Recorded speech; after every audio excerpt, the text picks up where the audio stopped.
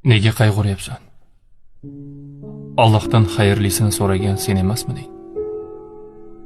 Ko'rmayapsanmi, xayrsizlarni uzoqlashtirdi sendan. Ha, ayriliqlar og'irli. Ha, ketganlar senga yaqin bo'lgan. Lekin har ketgan yo'qotish emas. Ba'zida ketishgani hayotingga Allohning bergan eng katta hadyasi bo'ladi.